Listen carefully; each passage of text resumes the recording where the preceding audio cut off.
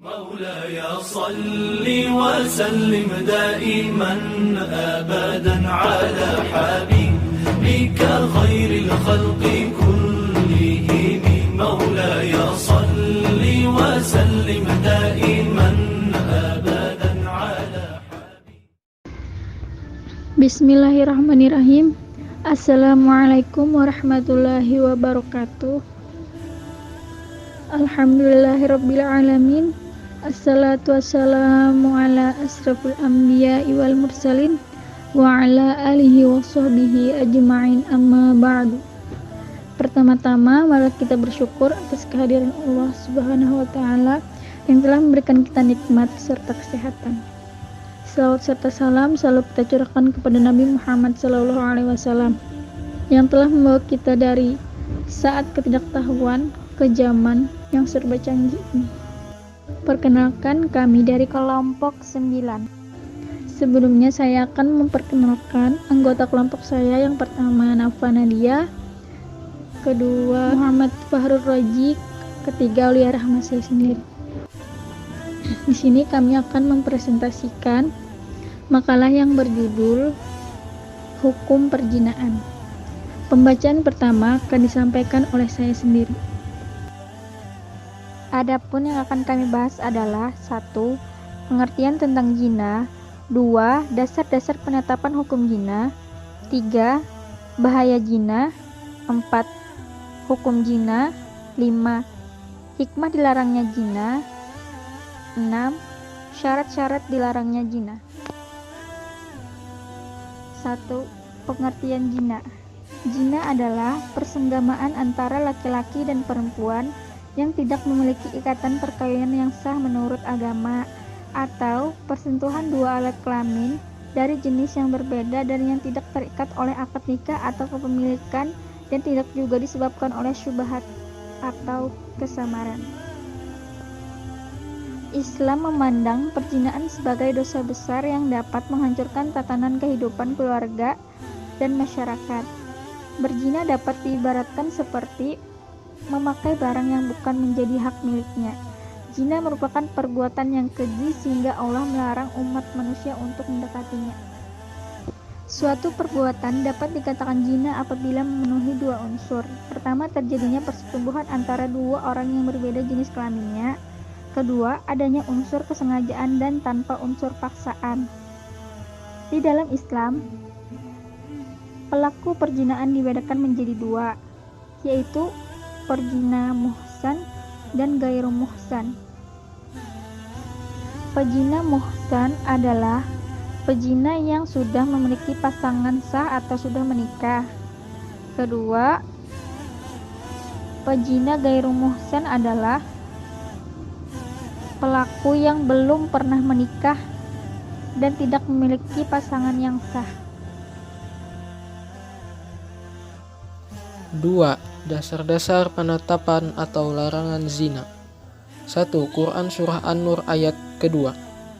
Perempuan yang berzina dan laki-laki yang berzina, maka dera'lah tiap-tiap seseorang dari keduanya 100 kali dera', dan jangan balas kasihan kepada keduanya mencegah kamu untuk menjalankan agama Allah dan hari akhirat. Dan hendaklah pelaksanaan hukuman mereka disaksikan oleh sekumpulan dari orang-orang yang beriman. Yang kedua, Quran Surah An-Nisa ayat yang ke-15. Dan terhadap para wanita yang mengerjakan perbuatan keji zina, hendaklah ada 4 orang saksi di antara kamu yang menyaksikannya. Kemudian apabila para saksi itu telah memberi persaksian, maka kurunglah mereka wanita-wanita itu dalam rumah sampai mereka menemui ajalnya, atau sampai Allah memberi jalan lain kepadanya. Ketiga, Quran Surah Al-Isra ayat yang ke-32.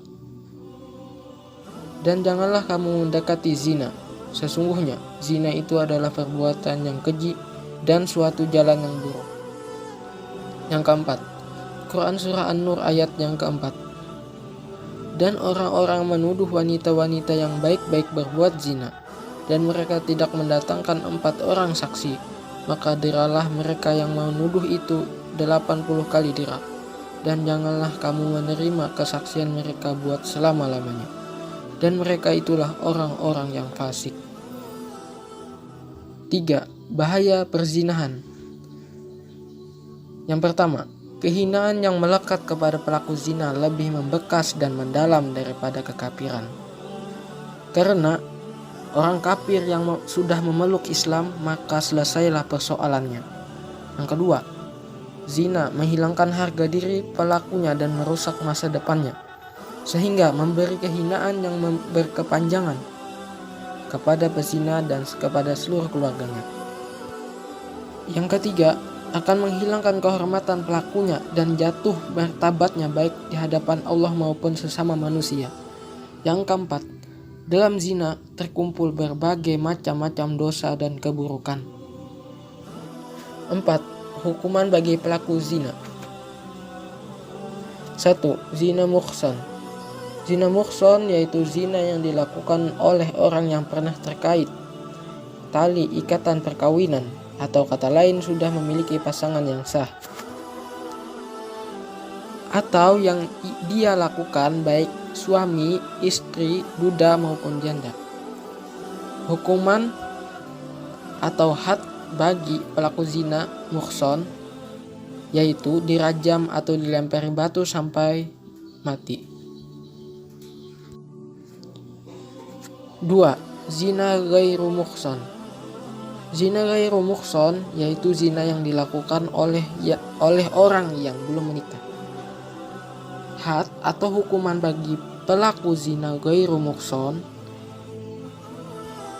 adalah dicambuk 100 kali dan diasingkan atau dibuang ke daerah lain selama 1 tahun. Hal ini berdasarkan firman Allah Subhanahu wa Ta'ala dalam Quran Surah An-Nur ayat yang kedua, yang berbunyi, perempuan yang berzina dan laki-laki yang berzina, maka deralah tiap-tiap seseorang dari keduanya 100 kali dera. Dalam pasal 91, bila seseorang menuduh orang lain berbuat zina, maka wajib baginya had qazaf dengan 8 syarat sebagai berikut. 1.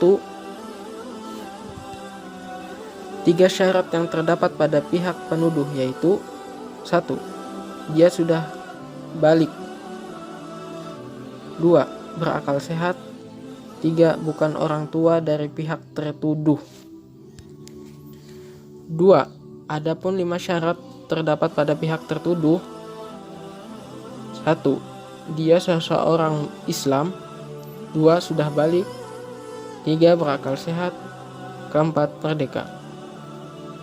Ketiga, selalu melihara diri dari perbuatan zina. Orang yang menuduh seseorang berzina tanpa bukti didera dengan, kalau orang merdeka didera 80 kali, kalau hamba atau budak didera separuh darinya yaitu 40 kali dera. 5. Hikmah dilarangnya zina. Zina merupakan sumber kejahatan, kerusakan, dan termasuk dosa besar. Hikmah diharamkannya adalah 1. Memelihara dan menjaga keturunan dengan baik karena adanya anak dari hasil zina umumnya tidak dikehendaki dan kurang disenangi.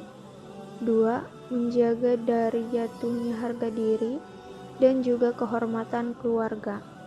3. Menjaga tertib dan terjaga urusan rumah tangga. Rasa kasih sayang dari anak hasil perkawinan yang sah. 5. Terjaganya akhlak Islamiyah yang akan mengangkat harkat martabat manusia di hadapan sesama dan di hadapan Sang Khalik. 6. Syarat penegakan hukum. Syarat untuk dapat menerapkan hukum rajam dan hukum hudud lainnya. 1. Wilayah hukum resmi. Hukum rajam dan hukum syariat lainnya harus diberlakukan secara resmi. Terlebih dahulu sebuah wilayah hukum yang resmi menjalankan hukum Islam. 2. Adanya mahkamah syariah Pelaksanaan hukum rajam itu hanya boleh dijalankan oleh perangkat mahkamah syariah yang sah dan resmi. 3. Peristiwa terjadi di dalam wilayah hukum kesaksian 4 orang atau pengakuan sendiri. Syarat-syarat umum saksi yakni 1. Balik, 2. Berakal, 3. Kuat ingatan, 4. Dapat berbicara, 5. Dapat melihat, 6. Adil, 7. Islam. Syarat pengakuan. 1. Pengakuan harus dinyatakan sebanyak 4 kali dengan mengiaskan 4 orang saksi. 2. Pengakuan harus terperinci dan jelas tentang hakikat perbuatan sehingga dapat menghilangkan syubhat atau ketidakjelasan dalam perbuatan zina tersebut. 3. Pengakuan harus sah dan benar. 4. Pengakuan harus dinyatakan di pengadilan. Kesimpulan. 1. Zina adalah persenggamaan antara laki-laki dan perempuan yang tidak memiliki ikatan perkawinan yang sah menurut agama, atau persentuhan dua alat kelamin dari jenis yang berbeda dan yang tidak terkait oleh akad nikah atau kepemilikan, dan tidak juga disebabkan oleh syubhat atau kesamaan. 2. Suatu perbuatan dapat dikatakan zina apabila memenuhi 2 unsur. Yang pertama, terjadi persetubuhan antara 2 orang yang berbeda jenis kelaminnya. 2. Adanya unsur kesengajaan dan tanpa unsur paksaan. 3.